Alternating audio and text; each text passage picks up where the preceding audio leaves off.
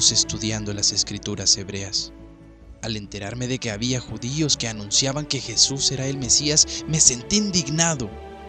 Este mensaje contradecía todo lo que había aprendido desde pequeño, de modo que me propuse destruir personalmente el nuevo movimiento de los cristianos.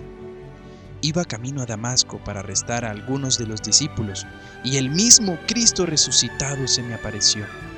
De repente, me envolvió una gran luz venida del cielo. Caí por tierra y oí una voz que me decía: «Saulo, Saulo, ¿por qué me persigues?». Yo le respondí: «Señor, ¿quién eres tú?». Y él me contestó: «Yo soy Jesús de Nazaret, a quien tú persigues». Quedé ciego, así como la ceguera de mi corazón. En los días posteriores, estuve en constante oración. Había un conflicto entre todo lo que había aprendido antes y lo que acababa de experimentar.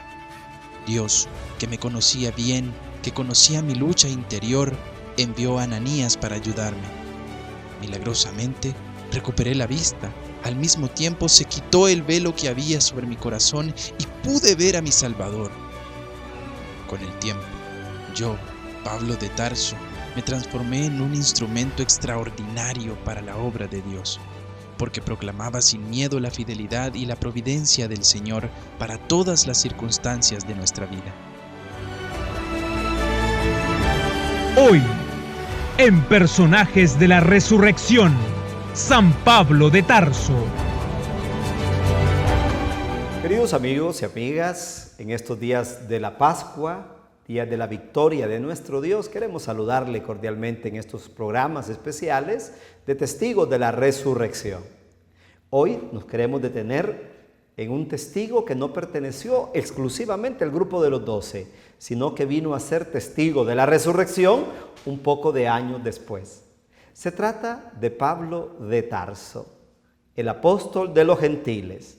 San Pablo tiene su conversión en el camino hacia Damasco. Aquella fuerza explosiva que se dio después de la muerte y la resurrección, como una onda expansiva, ha tocado a todos los rincones de este mundo conocido. Ha sido una explosión de vida que irradia la vida del Señor resucitado. Pero eso ha provocado persecuciones. Y Pablo se ha puesto al servicio de aquellos que quieren perseguir la fe cristiana. Pablo, destinado a perseguir a cristianos en Damasco, tiene la experiencia de su conversión. Cuando derribado, se le pregunta: ¿quién eres, Señor? El propio Pablo pregunta ante aquella luz que le sorprende: ¿quién le persigue a él? ¿Quién eres, Señor? Y Pablo escucha la voz del propio Jesús resucitado: yo soy Jesús a quien tú persigues. Y Pablo tiene un pequeño diálogo con el Señor que le indica lo que tiene que hacer de inmediato. Es el punto de partida de esta conversión, el encuentro con el resucitado. Años más tarde, Pablo, después de haber visitado a la iglesia madre de Jerusalén y convertirse en un apóstol itinerante de la buena nueva de la resurrección, escribe en 1 Corintios capítulo 15: hermanos, quiero traerles la memoria del Evangelio y transmitirles a mi vez lo que a mi vez yo he recibido, que el Señor Jesús murió por nuestros pecados según la Escritura, que fue sepultado y que resucitó al tercer día, según las Escrituras. Estos breves versículos del capítulo 15 de 1 Corintios se llama el credo apostólico. Es el testimonio fidedigno de Pablo, que transmite lo que a su vez él recibió. Pablo no fue testigo ocular de la resurrección. Es más, no pertenecía al grupo de los 12. Él recibe en el camino a Damasco la presencia y el mandato del propio resucitado, a quien Pablo no miró en los días de resurrección, lo mirará después. Pablo transmite este credo apostólico: les he transmitido lo que a mi vez he recibido, que el Señor Jesús murió por nuestros pecados, y enfatiza un elemento clarividente para entender la resurrección. Dice que fue sepultado. Muchos nos preguntamos, bueno, con decir que murió, basta y sobra. No. Pablo quiere enfatizar el credo apostólico como un elemento constitutivo del misterio que se celebra. Cristo no solo muere, Cristo también fue sepultado, evidencia de que realmente estaba muerto, evidencia de que realmente la crucifixión lo llevó al lugar de la muerte, fue sepultado y que al tercer día, después de su sepultura, se levantó glorioso. Resucitó de entre los muertos. Y viene el cuarto elemento de este credo que no había leído y que se apareció.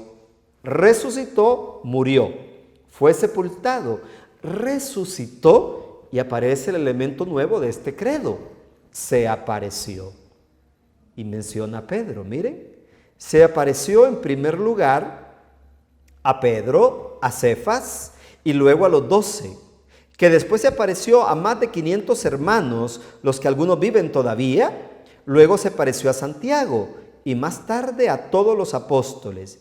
Y en último término, se me apareció a mí, que soy como un aborto. Pablo tiene el testimonio de que el resucitado se le ha aparecido a él. El más indigno de los apóstoles, así se lo señala a él, y como un aborto, porque yo, dice Pablo, no nací en el grupo de los 12, soy como el aborto del grupo de ellos, pero a mí también el Señor se me apareció.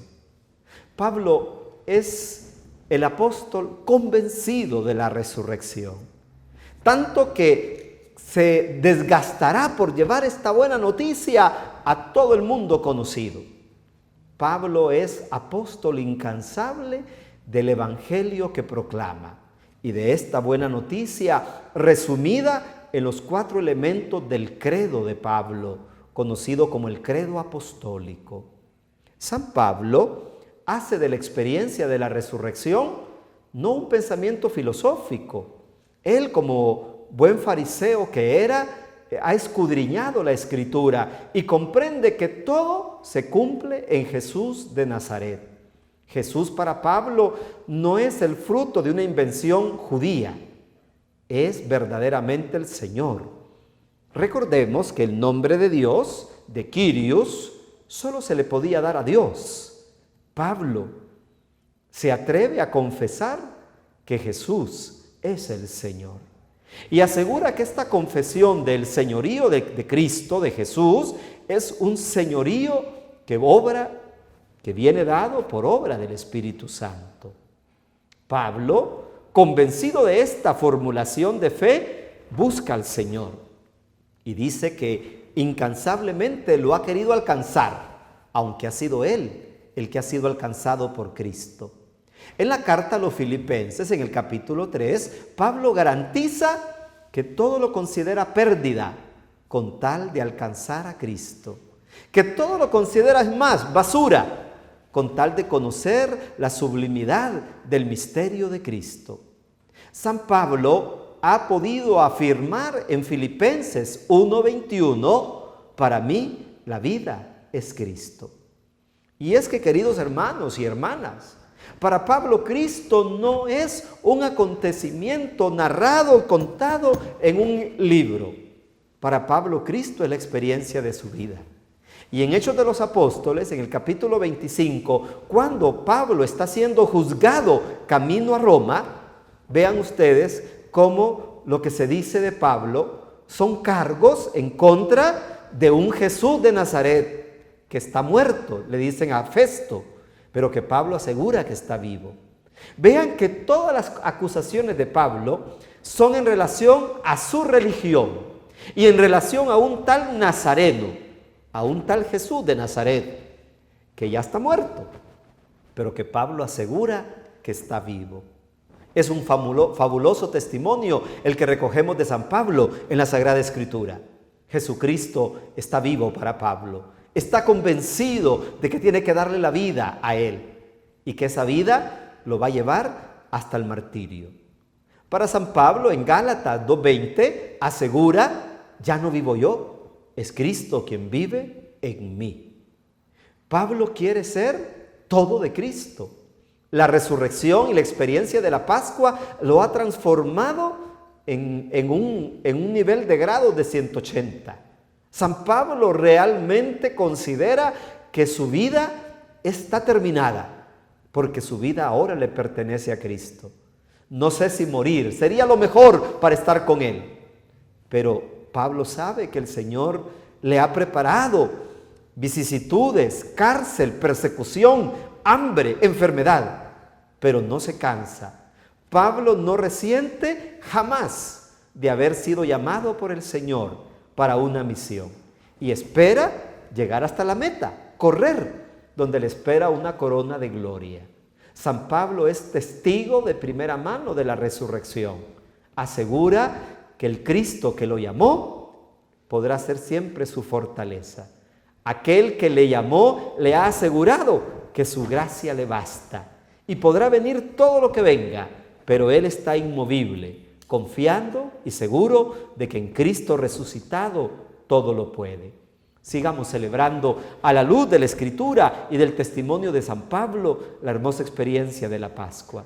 San Pablo nos puede perfectamente a todos devolver la certeza de que nuestro Dios ha hecho obras grandes, pero sobre todo ha resucitado a su Hijo. Este es el día del triunfo del Señor, Él es nuestra victoria. Felices Pascuas y sigamos celebrando estos días en honor de la víctima pascual, Jesucristo el Señor.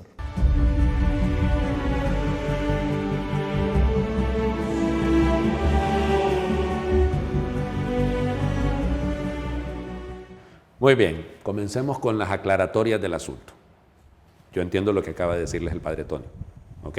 Pero subrayo, Pablo no es testigo de la resurrección porque conoció a Cristo. Físicamente no le conoció. Es probable que Pablo estaba en Jerusalén en el momento de la muerte del Señor Jesús. Pero Jesús era un judío marginal. Jesús no era importante y para este muchachito, educado en la larga tradición del mundo judío, de la escuela de Gamaliel, que había sido educado por el Gilel, o sea, los grandes rabinos de la época, que mataran, acuérdense que si son 3 los que mataron junto al Señor Jesús, y además la razón de la muerte por sedición, por revoltosos, entonces no le importó, o sea, no le importó. Hay un montón de cuentos que nos dicen y de libros, ni siquiera llegan a ser apócrifos, son cuentos, que hablan de que sí, que efectivamente se encontraron en Jerusalén y no, pero de eso no hay ninguna prueba histórica. Entonces la primera cosa es esa. El mismo Pablo lo va a decir. Pablo lo va a decir en el capítulo 15 de la primera carta a los Corintios. Yo soy el último de los apóstoles. Es más, no merecería llamarme porque soy como un aborto. Utiliza la palabra. O sea, él no conoció a Jesús en la carne. No estuvo en el cenáculo en el momento de la venida del Espíritu Santo, no estuvo en el Monte de los Olivos que en la Ascensión. Pablo no estuvo en absolutamente nada de eso. O sea que, digámoslo así. Ahora entonces, ¿para qué estamos haciendo este programa sobre los testigos de la resurrección? Y para colmo el último. Para colmo el último. O sea, pues ya con esto ya terminamos. Ay, entonces, ¿cómo se les ocurre en este canal ponerlo de testigo si no estuvo ahí? Ustedes y yo también somos testigos. Y no estuvimos ahí. Y entonces, ¿cómo queda Pablo siendo testigo de la resurrección? Porque quizás no hay producto, perdón lo que voy a utilizar la palabra producto, mejor producto de los efectos de la resurrección en el siglo I que Pablo de Tarso. Vuelvo a repetir, no hay mejor producto de los efectos de la resurrección que Pablo de Tarso. Distinto es el resto de los apóstoles. Son efecto de la resurrección como testigos visibles, como testigos porque vieron y oyeron, porque comieron con Él, porque estuvieron con Él cuando resucitó. Pero Pablo es producto de los efectos de la resurrección, porque él ya es, digámoslo casi, segunda generación. Solo que su papel, la preponderancia de la figura de Pablo, es fundamental. Ahora bien, ¿por qué? ¿Por qué el Señor se fue a buscar a este que encima de todo era perseguidor? Muy probablemente por las cualidades de Pablo. Porque el Señor llama a quien Él quiere, sin duda, pero se vale también de los dones que ha puesto en nuestras manos y de la historia personal de cada uno. Todos somos hijos de nuestro siglo. Pablo era hijo de su cultura. era la amalgama entre el mundo judío de la diáspora, porque Pablo no era de Judea, Pablo no había nacido en Jerusalén ni en sus alrededores, había nacido en una ciudad imperial del Asia Menor, en Tarso, que no era cualquier ciudad, cuidado, era una ciudad importantísima, era ciudad imperial. O sea que todos los que nacían en esa ciudad automáticamente tenían el título de ciudadanos romanos. Y eso le venía desde la época de Pompeyo. Pompeyo, el enemigo de Julio César, para que me entiendan, Pompeyo fue el que llegó a Jerusalén, a conquistar Jerusalén, más o menos en el año 63 antes de nuestra era. Y ahí llegó. Y entonces se conquistó Jerusalén y venga toda la historia del asunto. Ok, y cuando llegó a Tarso, Pompeyo recibió el apoyo y por eso él, que era cónsul, le dio el título de ciudad imperial. Era tan importante esa ciudad que hagan de cuenta que allá llegó Marco Antonio y Cleopatra, por ejemplo, llegaron huyendo justamente a esa ciudad. Una ciudad parece ser muy hermosa, cosmopolita. Era una combinación de mundo griego y de mundo judío. El hecho de que Pablo estuviera en esa cultura, que pudiese hablar la lengua griega a la perfección, Pablo fue educado, digámoslo, a las dos aguas. Sabía entender de agua fría y de agua caliente. No es que era tibio, sencillamente es que tenía de todo. Luego, como buen judío, educado en su familia, con la formación propia de las familias de la diáspora, eso ocurre siempre.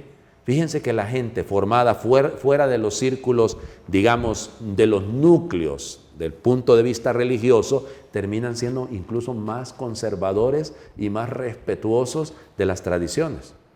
Piénsenlo, incluso hasta para la lengua. Los países que mejor conservaron el latín, por ejemplo, son los países más hacia lo lejos. Portugal, por ejemplo, conservó mejor el latín que en Italia. Porque así era. O sea, son cosas de ese estilo. Entonces, Pablo mantenía por su formación ese arraigo que venía de las dos culturas. Es enviado, muchacho, probablemente alrededor de los 15 años, a Jerusalén para ser formado. Y vean en la escuela de quién. En la escuela de Gamaliel. Eran dos tendencias en Israel en ese momento. La escuela del Gilel y la escuela de Gamaliel. Entonces, la de Gamaliel era un poquito más liberal que la otra. Menos riguroso, si lo quieren. Y por eso en los Hechos de los Apóstoles va a aparecer, aunque ya había muerto. Pero en el libro de los Hechos de los Apóstoles van a decir, miren, va a decir Gamaliel a los del Sanedrín, si eso es de Dios, ¿quién contra Dios? Y si no es de Dios, hablando del cristianismo, eso se va a perder. Eso se va a perder. Entonces, la figura de Pablo es fundamental por eso. ¿Es judío? Sí, pero con formación griega. Y además es fariseo. O sea, su manejo de la ley, su manejo del conocimiento de la ley es de altura. No se trata de una persona como yo, que medio ha estudiado la Biblia. Se trata de alguien que sí la ha estudiado en serio. Y por lo tanto, Pablo sí podía, a la hora de debatir con el mundo judío y con el mundo pagano, porque él venía de ambos mundos, porque él conocía ambos mundos. Entonces, el acontecimiento, Damasco, es camino a Damasco. Es tan interesante que es la única conversión que tiene fiesta. Así celebramos nosotros a finales justamente de enero la fiesta de la conversión de San Pablo, el 27 de enero. Benito, ¿no? El 25 de enero. Ahí celebramos la fiesta de la conversión de San Pablo. Pablo cuenta él 2 veces su conversión. La cuenta en el libro de los Hechos de los Apóstoles y en la carta a los Gálatas. Y hay una tercera vez, que es el relato del autor del libro de los Hechos de los Apóstoles, que cuenta en el capítulo 9 la conversión de San Pablo. O sea, es tan importante la figura de Pablo. Y él por eso lo va a decir. O sea, si Cristo no resucitó, vana sería nuestra fe y seríamos los más tontos de los creyentes. Porque él lo experimentó. Miren, cuando hablamos de la conversión de Pablo hay que tenerle muchísimo cuidado. Porque uno piensa que se convierte el borracho, el mujeriego, el qué sé yo, el drogo, el narcotraficante, lo que sea. Ese se tiene que convertir, el marero, el sicario, ese. Es que hay distintos tipos de conversión. Existe esa conversión que es moral, pasar de una vida disoluta a una vida correcta. Pero la conversión de Pablo es espiritual y es intelectual. Pablo tiene que superar sus conocimientos para llevarlos a un plano superior. Y por eso su figura es tan importante. No voy a hacerles aquí, en los par de minutos que me quedan para terminar mi parte, la intervención mía en este programa, además quien viene a hablar después de mí les va a encantar, tengan presente que el problema es esto, que nosotros hacemos el recorrido del libro de los Hechos de los Apóstoles y los viajes apostólicos de Pablo por Asia Menor hasta llegar a Grecia, Macedonia, todo esto, y son viajes programáticos. O sea, son viajes programáticos. No sabemos si efectivamente ocurrió en esa medida. Lo que sí sabemos es que la influencia de Pablo estuvo ahí. Y Pablo fundó la comunidad de Filipos, la comunidad de Tesalónica, la comunidad de Corinto, llegó a Atenas. Ahí medio fundó algo porque ahí eso era dificilísimo, era el mundo, el centro, el foco de la cultura. Es decir, sí fundó esta, la de Roma no. No, cuando Pablo llega a Roma, ya los cristianos ya habían llegado a Roma muchísimos años antes. ¿Se acuerdan que incluso en Corinto conoce a Priscila y Aquila, que habían llegado justamente bajo la persecución del emperador Claudio? Concluyamos. ¿Hasta dónde llegó Pablo? ¿Hasta dónde llegó Pablo? Pablo llegó a España y está completamente atestiguado. En la carta a los Corintios de San Clemente Romano, el tercer papa, se nos dice que Pablo llegó hasta el extremo del mundo. Hasta allá llegó Pablo. Pablo debe haber pasado, pues condenado por Herodes Agripa, es enviado a Roma, más o menos alrededor del año 62-63, Nerón lo perdonó, y aprovechando el perdón, se fue para España. Llegó a Tarragona, lo que hoy en día es más bien Cataluña, estuvo ahí en España, evangelizó España, y cuando viene de regreso, muy probablemente camino hacia la Tierra Santa, llega alrededor del año 65-66 de nuestra era, a Roma, y ahí sí ya no lo perdonó Nerón. Y como era ciudadano romano, no podía derramar la sangre de un ciudadano romano dentro de la ciudad de Roma, lo martirizó en la vía Ostiense, o sea, camino al puerto de Ostia, en las afueras, al nomás cruzar la puerta de la entrada a Roma, ahí murió decapitado. Testigo de la resurrección. Como ustedes y como yo, tenemos que aprender de Pablo. Y muchos de nosotros tal vez no necesitamos una conversión moral, pero sin duda necesitamos siempre una conversión espiritual.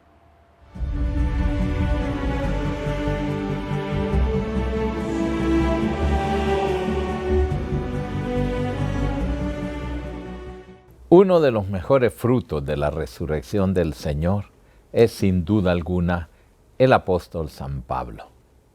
No le conoció durante la vida y sin embargo pocos apóstoles han llegado a conocerlo en profundidad como Saulo de Tarso, un hombre que desde el principio deseó la santidad y estando en aquella ciudad tan remota decide irse a Jerusalén porque ahí estaba la escuela de santidad y por eso estudió con los fariseos.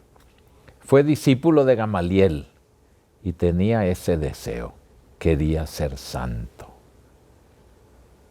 En su esfuerzo se dio cuenta que los cristianos eran una amenaza, según su percepción, y decide ir a capturarlos. Camino a Damasco, en cambio, estaba esperándolo el Señor Jesús. Y es conmovedor ese encuentro.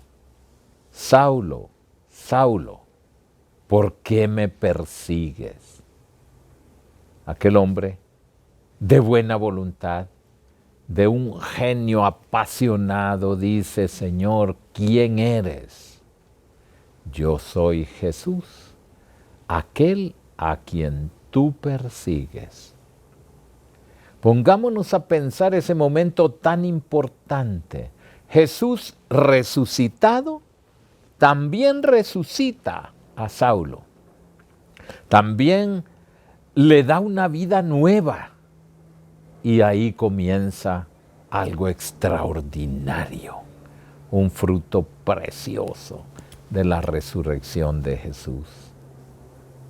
El apóstol de los gentiles, de aquellos que se consideraban excluidos de la salvación por el pueblo de Israel.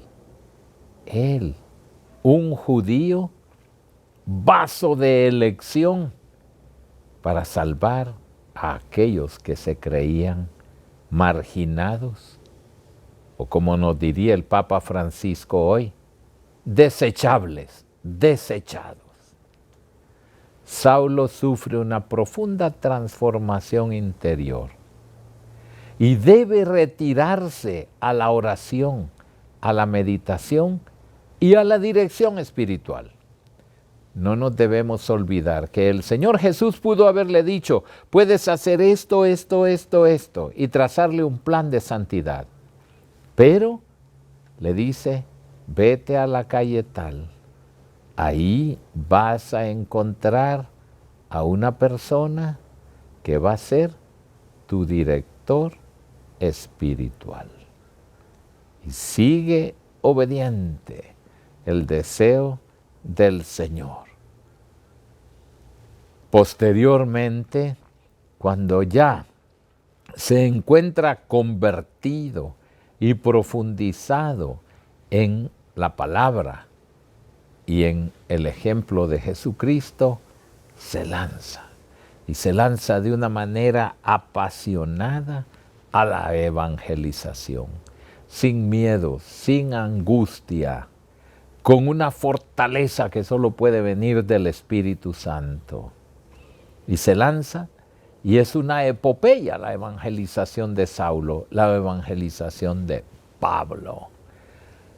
Calculan los estudiosos que recorrió cerca de 30,000 kilómetros. Pongámonos a pensar, en momentos en que no existía el avión ni el automóvil, solamente a pie, o en algún burrito, o en algunos barcos que se hundían, incluso naufragó en Pozzuoli. Nos damos cuenta que cuando el corazón cambia toda la persona. La terapia cardíaca de Jesús para Saulo fue extraordinaria. Le dejó un corazón misionero, un corazón incansable. Nada ni nadie me podrá separar del amor de Cristo. Ni la muerte, ni la vida, ni el pecado, ni ningún obstáculo. Nada me podrá separar del amor de Cristo. Y luego, un hombre humilde. Tengo un aguijón metido en mi carne y 3 veces le he pedido al Señor que me lo quite. Y me ha respondido, te basta mi gracia. Porque cuando soy débil es cuando soy fuerte, dice San Pablo, porque entonces reside en mí la fuerza de Dios. Y este apóstol incansable, este misionero de Jesús, llega hasta lo último, hasta dar su vida, martirizado por dar testimonio de Cristo. Es conmovedor aquel texto de la primera a los Corintios capítulo 15. Por la gracia de Dios soy lo que soy. No por mis fuerzas, no por mis méritos, no por mis estudios teológicos, ni por mi práctica pastoral. Por la gracia de Dios soy lo que soy. Y la gracia no ha sido estéril en mí. Es todo un programa para cada bautizado, para cada uno de nosotros que acabamos de celebrar la Pascua de la Resurrección. Por la gracia de Dios soy lo que soy. Por la gracia de Dios soy bautizado, por la gracia de Dios soy confirmado, por la gracia de Dios soy miembro de la iglesia, por la gracia de Dios amo mi iglesia, por la gracia de Dios siento el corazón misionero. Ay de mí si no evangelizo. Qué bello el testimonio de Pablo. Y un hombre que está lleno de amor. Un hombre que nos llega a escribir aquella carta tan preciosa, el capítulo 13 de la primera a los Corintios. Si no tengo amor, yo no soy nada. Si yo no tengo amor, yo soy como una campana que resuena y que no va a llamar a nadie. Porque el amor es lo más grande de la vida. porque el amor es comprensivo, el amor es servicial, el amor no es maleducado ni egoísta, cree sin límites, espera sin límites, aguanta sin límites, perdona sin límites. Yo, dice Saulo, que soy como un aborto, yo que no conocía a Jesús, pero que le he visto en la fe, yo que quisiera morir con tal de encontrar a Cristo, pero que estoy decidido a lo que Él le parezca. Si me puedo quedar todavía para hacer el bien, lo acepto, pero para mí la vida es Cristo.